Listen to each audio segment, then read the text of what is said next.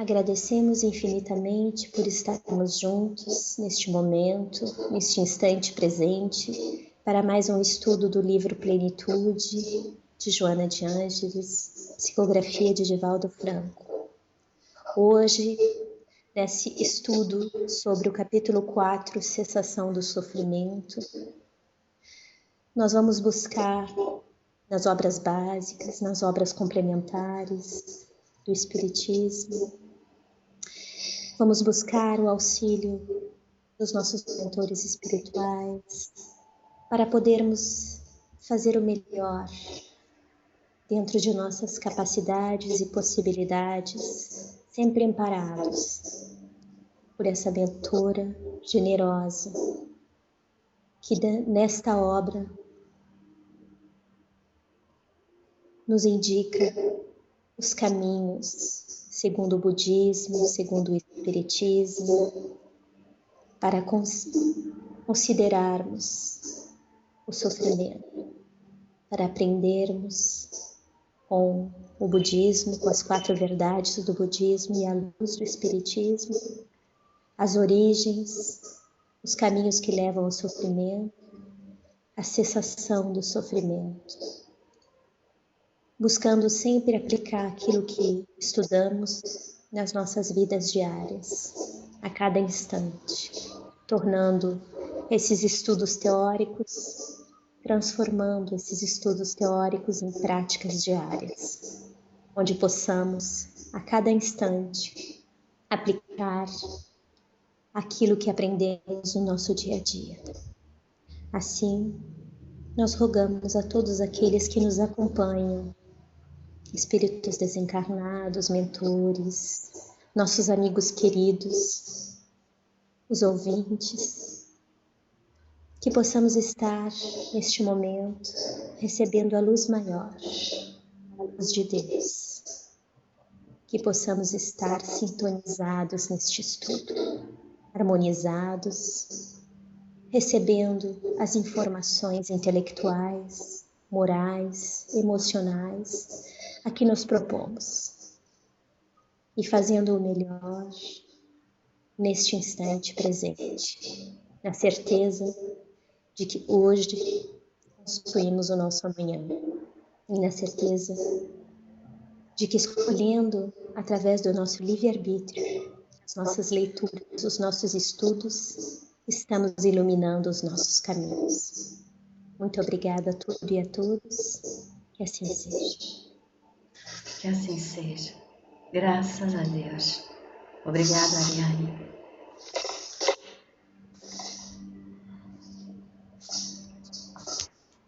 Então, dando continuidade ao estudo do livro Plenitude, de Joana de Ângeles, psicografado pelo nosso querido Divaldo, no capítulo 4, que trata sobre a cessação do sofrimento.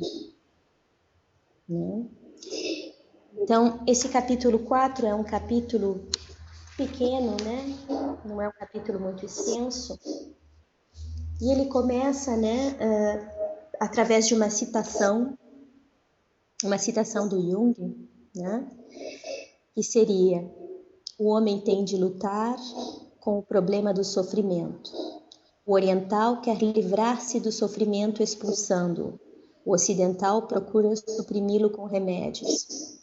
Mas o sofrimento precisa ser superado, e o único meio de superá-lo é suportando-o. Aprendemos isso somente com ele, o Cristo crucificado. Então, esta citação já nos dá uma ideia deste próximo capítulo, a cessação do sofrimento, onde a Joana vai expor quais são as condições para atingir a cessação do sofrimento. Que ela começa mesmo dizendo que o sofrimento na condição de uma enfermidade. Então, o sofrimento é uma enfermidade, na condição de enfermidade, o sofrimento para ser curado encontram diversos meios eficazes, mas que a cura real somente se concretizará se a terapia extirpar-lhe as causas. né? Então, nós podemos associar, né, esse capítulo com os capítulos anteriores, onde nós já trabalhamos, né, as causas dos sofrimentos, né? A realidade de que o sofrimento existe e quais as causas atuais e anteriores desse sofrimento, como nós falamos nas provas e nas expiações, né? Como nós falamos dos sofrimentos gerados, que são originados nas nossas escolhas da vida atual, mas também como uma consequência das vidas precedentes, né? Então, uma vez que esse sofrimento existe e que é uma enfermidade, né, ele só vai realmente, nós só vamos realmente atingir a cessação desse sofrimento, ou seja, a cura real, quando buscarmos e aplicarmos uma terapia que possa extirpar-lhe as causas, que possa anular as causas, né? Enquanto as fontes geradoras não são extintas, né, ele vai se manifestar inevitavelmente. Mesmo que a expressão desse sofrimento possa ser curada, possa ser aparentemente curada, né, por algum método, ele vai se manifestar de uma outra forma, se a causa profunda geradora, né, não for extirpada, né? Ou seja, ele vai poder se revestir de uma outra aparência, né? Se nós não trabalharmos a causa, mas nós trabalharmos apenas o sintoma. É isso que ela está dizendo, né? E ela nos fala algumas coisas muito interessantes nesse capítulo, né? Como, por exemplo, nós estamos seguindo a ordem do capítulo para que vocês possam acompanhar, né? Parágrafo por parágrafo. Então, no terceiro parágrafo, ela nos fala que o mau uso da razão o origina, né? E é indispensável agir no fulcro do seu desencadeamento, né? De modo a fazer cessar a energia que o aciona e vitaliza. Então, ele está originado no mau uso da razão, né? A razão nós podemos associar também à vontade, né? A razão é o atributo do ser, né? É uma faculdade, né, que os seres humanos, quando nós atingimos a fase hominal, nós temos o uso da razão, né? O instinto, a razão, né, são atributos do nosso ser. E a vontade também é um atributo do nosso ser imortal, né? A capacidade de raciocinar como a capacidade de acionar a nossa vontade com um objetivo preciso, uma direção e um sentido, são objetivos do nosso ser, são atributos, né, do nosso ser imortal. Então, quando ela fala que o mau uso da razão o origina, né, então é preciso analisar profundamente, né, aonde está esse mau uso da razão que origina esse sofrimento, da onde vem, né? Esse mau uso da razão, né, que origina uma energia que vai acionar e vitalizar o sofrimento, como ela diz nesse capítulo, né? Nós vamos verificar isso agora nas obras básicas, daqui um pouquinho, mas prosseguindo mais um pouquinho, né? O que ela nos fala é muito importante com relação aos reinos irracionais, né? Nos quais o sofrimento resulta do fenômeno evolutivo, através do desgaste natural das formas, por reestruturação das moléculas e células, né? Então, nos reinos irracionais, onde não existe o uso da razão, o sofrimento é um fenômeno natural, associado à evolução, ao fenômeno evolutivo a que esses seres que estão ainda no reino irracional são submetidos, né? Então, em acordo com o parágrafo anterior, né, nós que já estamos na fase hominal, né, que já usamos a razão, né, que temos o uso da razão e da vontade, né, que temos o uso do intelecto, né, que temos o pensamento contínuo, né, neste caso nós, né, o que no reino dos reinos irracionais é fenômeno evolutivo, no nosso caso já não é mais unicamente um fenômeno evolutivo, mas está ligado também ao nosso livre-arbítrio, né? O uso da nossa razão e da nossa vontade. E ela fala ainda que o concurso do amor humano atenua-lhe a intensidade, né, no caso dos reinos irracionais, do sofrimento, né, alterando o campo e proporcionando um nenitivo de equilíbrio e saúde. Bom, então, nos reinos irracionais, esse sofrimento é fenômeno evolutivo, né, é fenômeno natural, né, justamente porque não há o uso da razão e do livre-arbítrio, né? Já no reino nominal, esse sofrimento tem diversas origens, dentre uma das origens que ela coloca aqui é o mau uso da razão, né? Então, o homem que pensa é responsável pela preservação da vida, né, que se manifesta em outros matizes e faz parte do conjunto que lhe sustenta a existência, possibilitando a evolução de todos os seres e princípios vitais. Então, nós poderíamos olhar, por exemplo, no livro dos Espíritos, relacionando esses 3 últimos parágrafos, né, onde ela fala do uso da razão, nos reinos irracionais e no homem que pensa, né, nós podemos olhar na questão, né, 540 do livro dos Espíritos, que é a questão 540,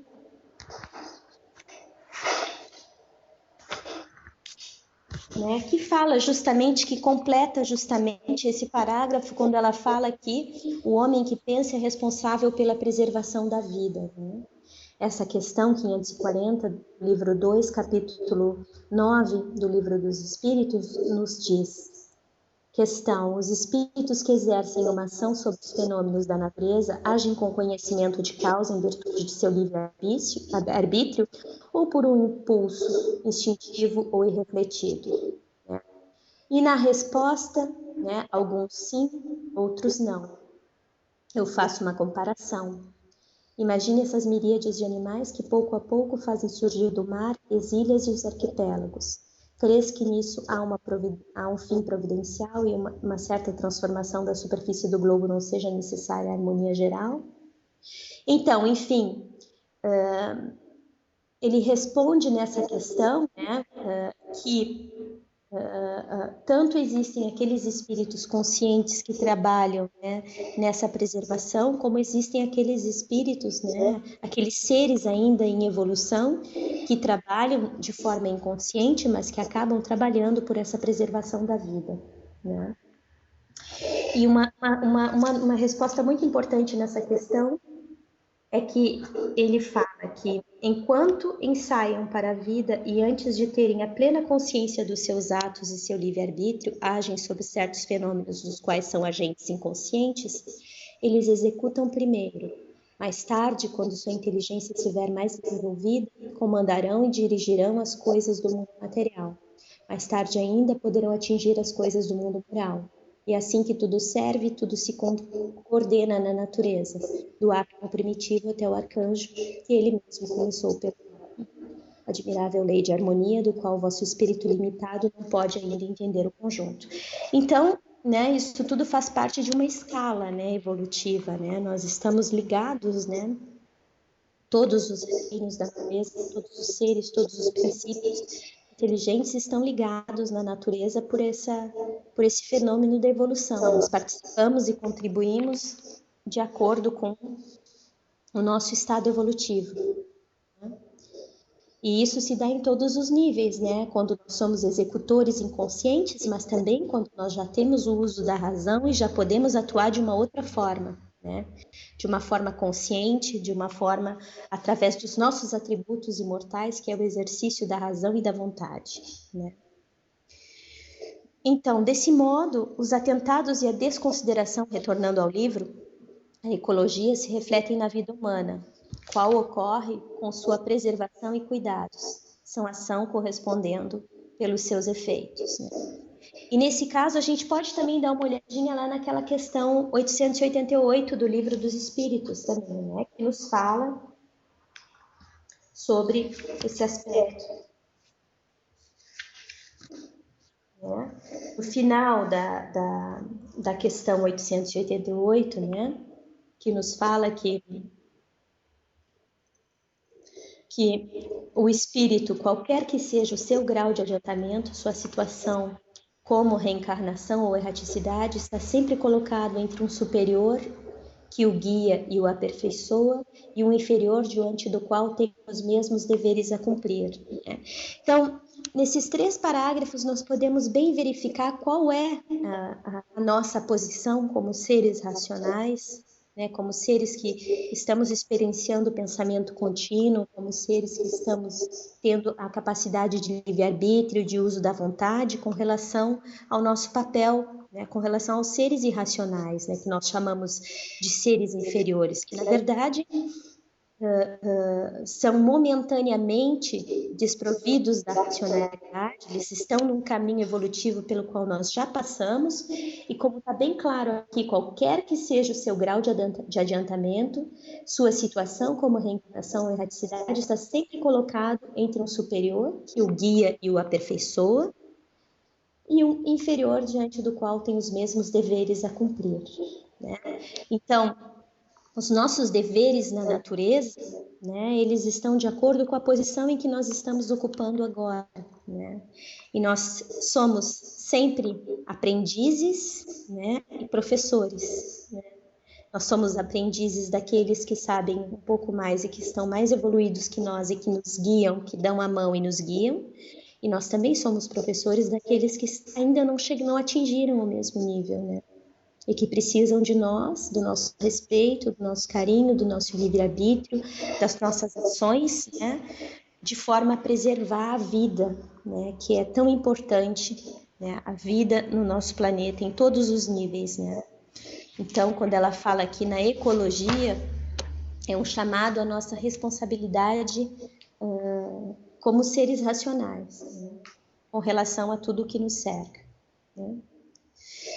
E continuando então, né, a fim de que se possa fazer cessar o sofrimento, torna-se imprescindível a aquisição de uma consciência responsável, capaz de remontar-lhe as origens, analisá-las e trabalhá-la com direcionamento adredemente planejado. Então, para cessar o sofrimento, nós precisamos ter consciência desse sofrimento.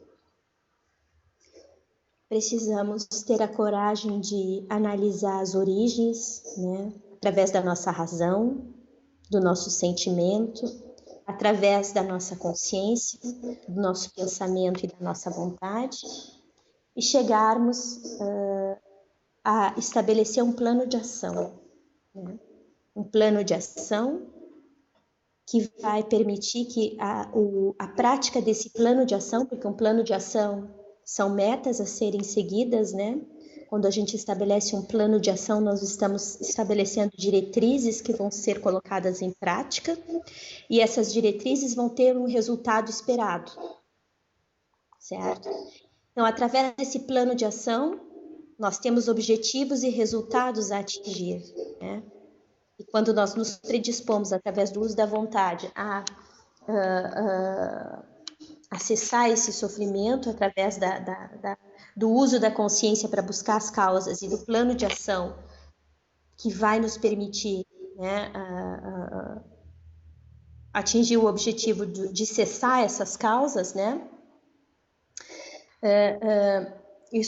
Com isso tudo nós fazemos uso da nossa razão, do nosso pensamento e do nosso livre-arbítrio. Eu vou te dar a palavra agora, Mara, para que você possa complementar essa parte, porque esse é um dos parágrafos chaves, né, desse livro, né, que nos fala que é imprescindível a aquisição de uma consciência responsável, né, que vá buscar as origens, né, que analise e que trace um plano de ação capaz de atingir o objetivo, que é a cessação do sofrimento. Vou te dar a palavra, por favor. Existe uma frase, um ensinamento da Joana, que eu pessoalmente, que tem me ajudado muito. A Joana diz o seguinte: trabalha-te e tudo deflui disso. O fulcro gerador do sofrimento está dentro de nós. Somos nós que temos que mudar, não são os outros. O mundo mudará, os seres mudarão em torno de nós a partir do momento que nós mudarmos. Então, tudo que está na nossa vida somos nós que estamos atraindo. Por isso a Joana diz, trabalha-te, tudo vai defluir disso. E o próximo parágrafo fala sobre a educação do pensamento, as disciplinas dos hábitos e a segurança das metas são os recursos hábeis para o logro, sem os quais as terapias e técnicas se tornam paliativas sem resultados solucionadoras. Sem resultarem solucionadoras, né? Então, na verdade, né, o trabalha-te e tudo deflui disso, seria começar por esses caminhos, a educação do pensamento, a disciplina dos hábitos e a segurança das metas, né? Quando a gente estuda, né, na minha profissão, a gente estuda gestão de pessoas, né?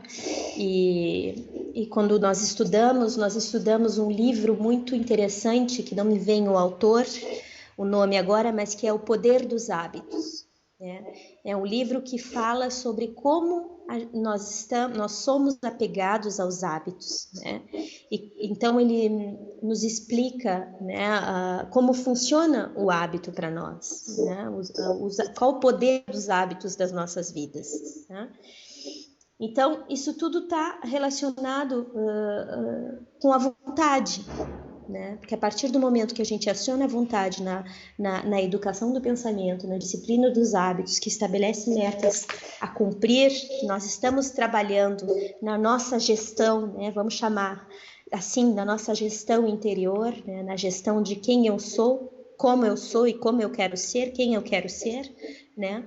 Porque nós somos de uma certa forma, mas nós temos o nosso livre-arbítrio e temos as ferramentas para podermos nos transformar através deste trabalho, trabalha-te e tudo deflui disso, através desse trabalho, dessas ações, dessas práticas diárias, para poder nos transformarmos na direção que nós decidirmos, né? Porque quem tem esse poder somos nós mesmos, através do nosso livre-arbítrio, né? Seja em qual for o ambiente externo, seja em qual for a condição, seja em qual for a situação, a liberdade do pensamento é totalmente nossa. É uma liberdade que ninguém nos tira, né? Nós podemos perder todas as posses, podemos perder todas as condições, mas a liberdade do pensamento é intrínseca ao ser, né? A nossa usina geradora de pensamentos é nossa, é atributo do ser imortal, né? Como a vontade, né? E aí, como você bem explicou, tudo decorre disso, né? O pensamento, a palavra, o sentimento, a emoção, a ação no dia a dia, né?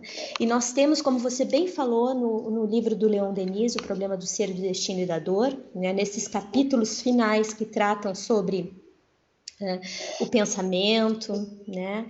São tratados belíssimos, né? Desse filósofo que nos deixou esse livro maravilhoso, né? Para nós entendermos, né, a importância dos pensamentos, a importância dos atributos da alma, né? Então, nós temos condições de estudar tanto nas obras espíritas como nas obras que não são espíritas, que são espiritualistas, e mesmo como eu dei o exemplo, né, do Poder dos Hábitos, que é um livro de gestão, né, que é um livro onde não é nem um livro religioso, onde nós aprendemos aos nossos alunos, nós indicamos aos nossos alunos para lerem esses livros, né, o Poder dos Hábitos, né, Neuropsicologia dos Pensamentos, né, tem vários livros assim que são mais da parte relacional e mental de como gerar, né, como gerir, né, diariamente os seus impulsos, os seus pensamentos, a sua vontade. Isso tudo faz parte de matéria que hoje se ensinam nas universidades, né? Se ensinam nas universidades, né? Não só nos Estados Unidos, na França, mas também no Brasil, né? Então, os cursos de administração, os cursos de engenharias, diversos cursos já se utilizam dessas teorias, né, para explicar, né, a inteligência intelectual, a inteligência moral, a inteligência espiritual. Existem livros já consolidados que ajudam o ser nesse caminho, né? Exatamente. Então, nós temos diversas alternativas, né? Os caminhos não nos faltam. O que é imprescindível é o direcionamento da vontade, né? Como ela fala, né? A educação do pensamento, a disciplina dos hábitos, mas para que atinjamos tudo isso é preciso o uso da razão e da vontade, né? Que, como vem desde o início do capítulo. E se você me permitir, a gente, no que você está dizendo, é imprescindível, como você acabou de dizer, e a Joana vai nos dizer, por exemplo, no livro Momentos de Meditação, como momentos de felicidade, é no instante presente que tudo se constrói. Então, a Joana vem em momentos de meditação e diz o seguinte: quando um pensamento negativo chegar no seu universo, no instante presente, consciente deste pensamento, você coloca no lugar, você faz essa troca botando imediatamente um pensamento superior, um pensamento bom, no instante presente que todas as construções se fazem. É a base do budismo. No budismo, Buda não falou de 1000 coisas.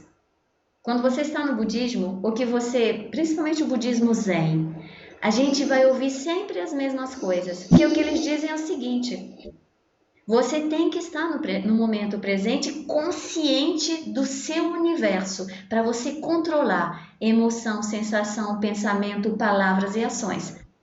Estou diante de uma pessoa, que seja meu chefe, que seja um irmão, que seja alguém da família ou seja um vizinho, que me agride. A minha raiva, a raiva dele inunda meu universo. A vontade que eu tenho é brigar, é me colocar estar num estado de cólera. A cólera chega em mim. Perdi a cabeça, deixei-me levar no instante presente. A cólera está ali. Hoje eu sei o que essa energia, o que esse estado vibratório vai produzir para o meu corpo, para o meu espírito, para o meu estado mental. Então, como uma criança que aprende a caminhar, eu me dou conta no instante presente do meu estado, eu me dou conta que eu estou agressivo, que eu estou brigando, que eu estou criando uma situação difícil para mim e para os outros. O que é importante? Eu vou controlar, eu aceito essa emoção em mim, mas eu decido de deixar uma emoção superior cuidar dessa mais frágil. Sendo observador e persistente. Né? A observação, a constatação, não o julgamento, né? Porque no julgamento nós estamos associando uma emoção e um sentimento, mas a constatação, né? E se a emoção vem, né? Nós temos o direito também dessa emoção, nós temos que trabalhar nessa forma positiva com essa emoção. Fiquei chateada porque eu errei, sim, fiquei chateada. Mas então eu não vou cruzar os braços e não vou ficar com esse sentimento de derrota, eu vou trabalhar. Né? Fiquei chateada, errei, bom, o que eu posso fazer agora para não ficar mais chateada, para agir de forma diferente, para substituir esse sentimento, para não ficar com essa culpa acumulada, né? Porque como o Divaldo Franco fala também nos momentos de meditação, a Joana de Ângeles fala, né? A mágoa, né? A culpa, né? O medo são lixos mentais, né? São lixos mentais que a gente vai, mentais e emocionais que a gente começa a carregar, né? Então a gente fica carregando um cesto enorme nas costas de lixo mental, né? Então, existem muitas formas da gente se dar conta, sentir, eu fiquei magoada mesmo, fiquei chateada, errei, não era isso que eu tinha me proposto para fazer. Mas não vou ficar nesse sentimento, não. Constatei que esse sentimento existe em mim, mas vou me libertar deste sentimento com a proposição de que eu sou capaz de fazer melhor da próxima vez e vou fazer melhor, e vou errar e vou fazer melhor, e assim vai indo até que isso faça parte do meu ser, né? Até que eu consiga ter esse domínio do pensamento, do sentimento, da emoção, até que eu consiga olhar uma situação de cólera, né, como observador, sem deixar que essa cólera entre dentro do meu universo. Mas para isso eu vou precisar talvez de anos de prática, né? Mas eu preciso praticar no instante presente, estar consciente, né? E se você me pergunta... A palavra, só para terminar, eu acho que a palavra é estar consciente, ter a consciência, né? Ter a consciência no instante presente, analisar a situação, né? Não a situação externa, mas a situação interna. Porque aquele que me agride, se ele está agredindo, o problema é dele, não é problema meu, né? O meu problema é como eu vou receber essa agressão no meu universo, né? Como eu vou deixar ela entrar dentro do meu universo, qual a minha postura com relação a ela. né? E isso que vai definir o meu teor vibratório, isso que vai definir o meu estado de consciência, e a partir disso, dessas análises, é que eu vou poder traçar o meu plano de ação, né? Tendo a coragem de constatar os meus sentimentos interiores, tendo a coragem de contatar a minha percepção do exterior, mas principalmente aquilo que eu sinto naquele momento, né? Assim eu vou me conhecer, assim é o trabalho Atitude de Fluidez. Eu acredito. E você tem razão, e se você me permitir, eu vou dar só um exemplo. Thich Nhat Hanh é um grande mestre budista do budismo Zen. Miramês, Leon Denis, Joana, André Luiz Emmanuel, por exemplo, pego só alguns, Allan Kardec. Eles ensinam a mesma coisa, eles nos mostram o mesmo caminho, o caminho mais poderoso, o mais lindo que existe. E eu vou pegar esse exemplo. Conversando com alguém recentemente, uma mulher, um espírito do sexo feminino, e ela, num estado de muita agonia, de muita angústia, de muito sofrimento por uma separação junto a uma pessoa que é uma paixão, né? Uma relação de muita paixão, causando muito sofrimento para os dois, separação. E ela me diz: Mara, eu sonho com ele e eu acordo com muita raiva. Eu encontro com ele, ele me persegue, ao mesmo tempo, quando eu acordo com raiva, mas eu tenho vontade de estar perto dele, tenho vontade de voltar.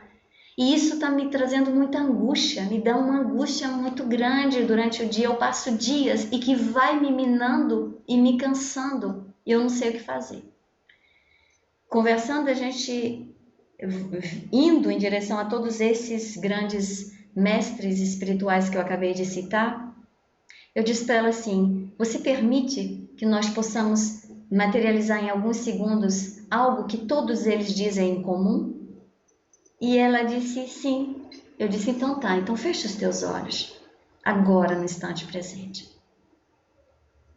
Pensa nessa pessoa, mas visualize essa pessoa dentro da luz e do amor. Eu costumo usar sempre uma esfera porque facilita o trabalho. Eu disse a ela: visualize essa pessoa dentro de uma esfera de luz. Pense em Deus agora, porque ela crê em Deus.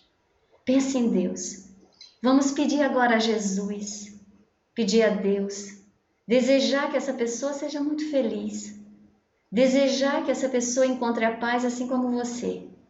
E agora olhe que a sua raiva, ela vem também do muito amor que você tem por ela, por esta pessoa. O teu desequilíbrio, essa pessoa acorda em você, é o seu próprio desequilíbrio. O único meio vai ser você ajudando ela, vibrando por ela, para que você possa, você mesmo, alimentar-se dessa mesma vibração. Então agora visualize, vamos orar por essa pessoa. Peçamos juntos felicidade, paz, independente se vocês estão juntos ou não, ou se vocês ficarão.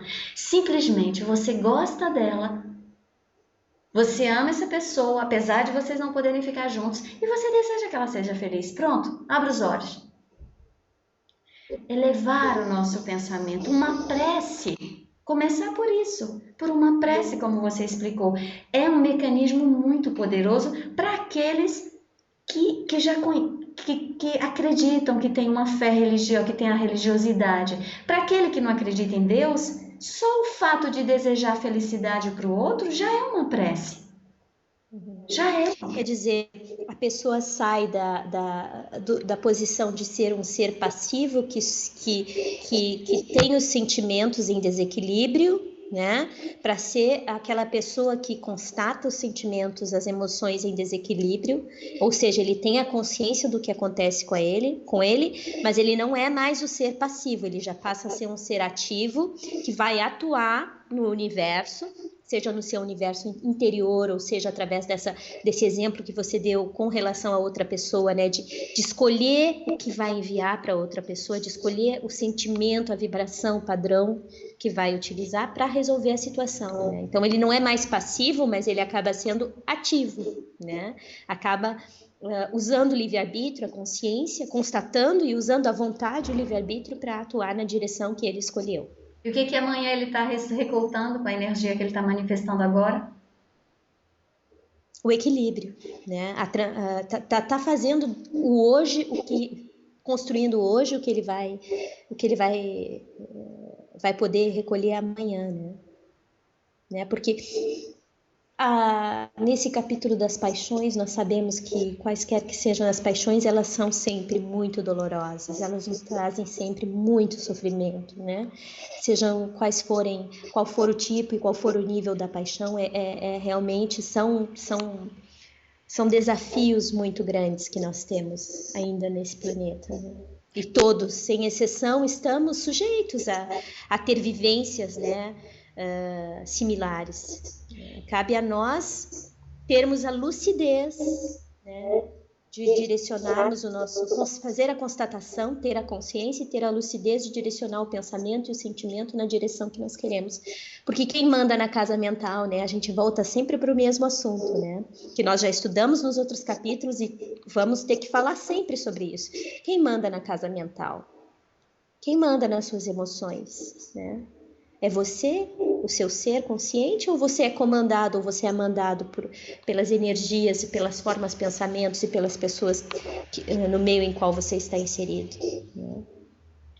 E uma outra coisa interessante, você falando agora me veio na mente. Evangelho segundo o Espiritismo, capítulo 11, item 8, a lei de amor.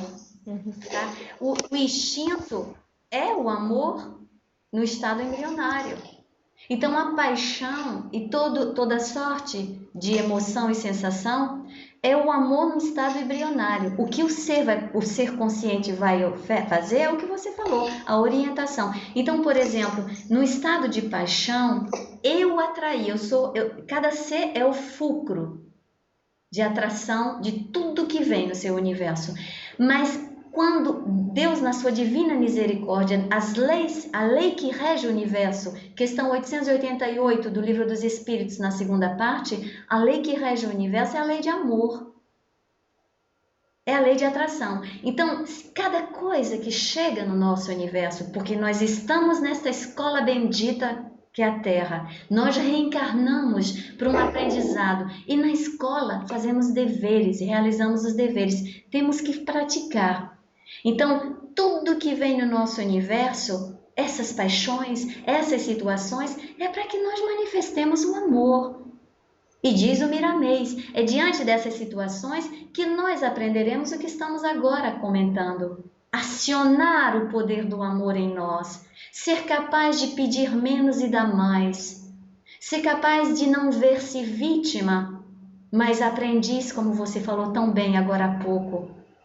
E olhando dessa forma, teremos um mundo diferente, construiremos estados vibratórios mais equilibrados para nós. Ainda uma vez, a mudança não está fora, está dentro, não é? Sempre, sempre, né? Exatamente.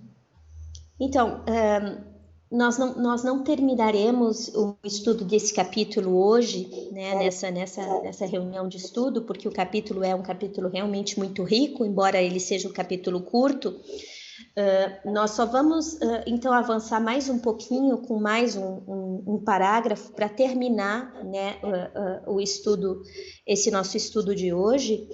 E continuaremos com a parte que fala realmente sobre o perdão e o auto-perdão, né, nos próximos estudos, que são partes muito importantes, né, desse capítulo 4.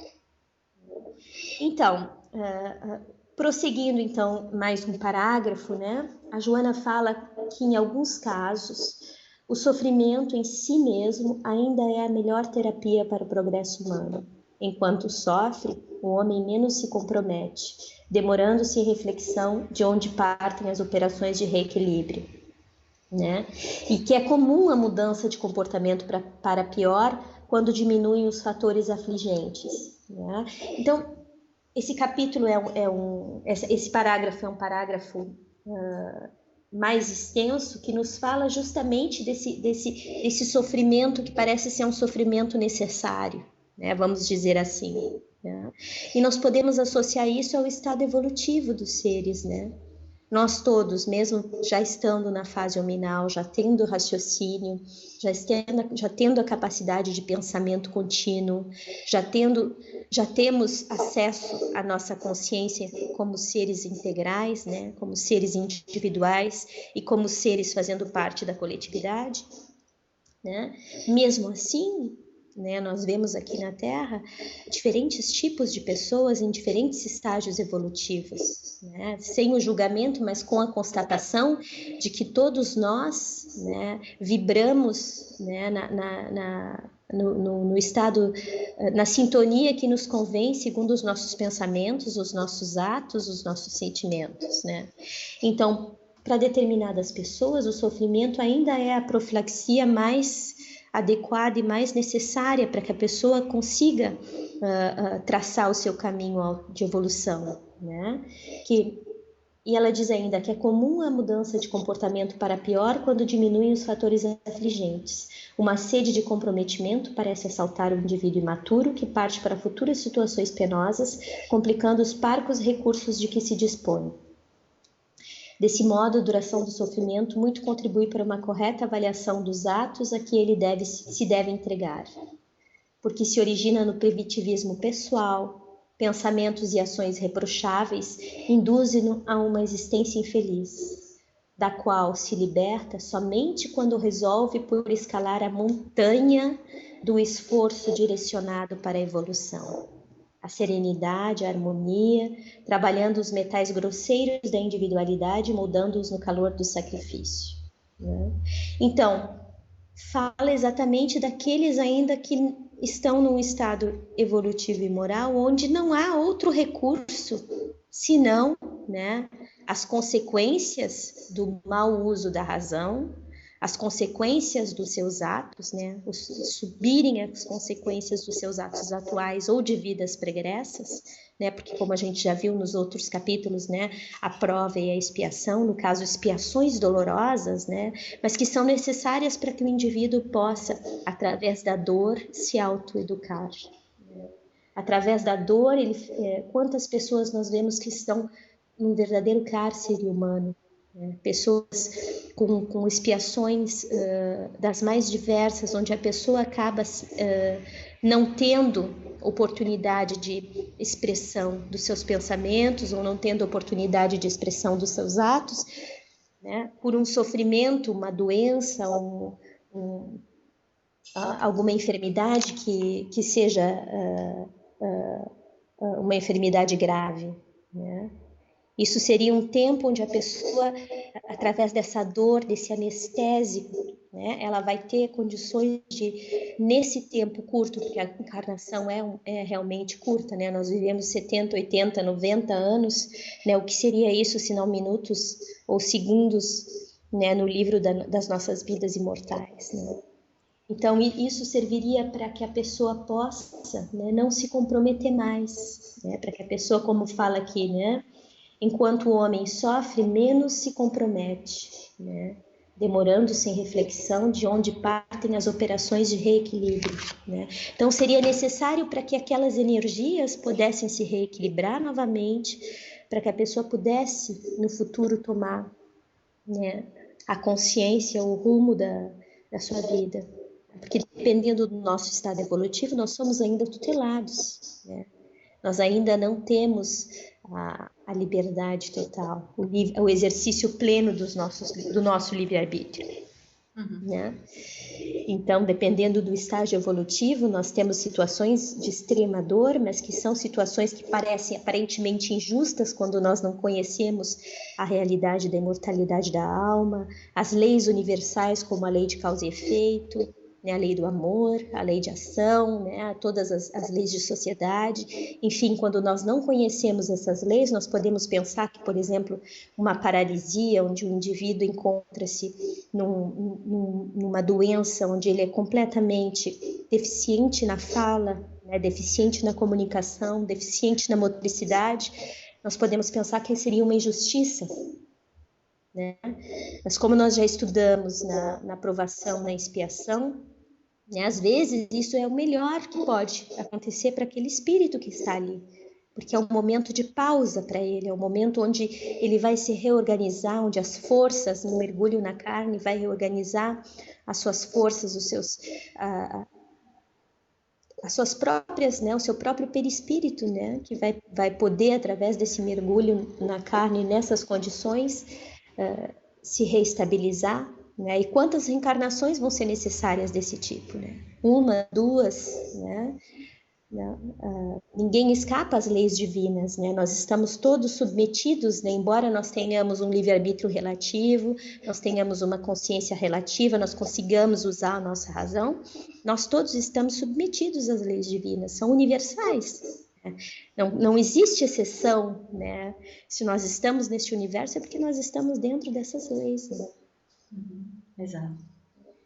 Então, ficamos por aqui no estudo de hoje, dando continuidade ao estudo desse capítulo no próximo encontro, né? E agradecemos mais uma vez a todos aqueles que nos intuem, que nos auxiliam nesse estudo, e a todos aqueles que nos ouvem também, que apreciam e que participam, né, através da audiência. Então, se você puder fazer a prece final, Mara, para finalizarmos o estudo de hoje. Claro que sim. Ok. Nós vamos então agradecendo a Deus, nosso Pai, a Jesus, a todos os amigos espirituais que estão ao nosso lado, nos acompanhando e nos auxiliando nesses momentos de estudo. O que nós podemos desejar e pedir é que esses ensinamentos, esta luz divina que chega através desta obra maravilhosa para o universo de todos nós, ela possa fazer morada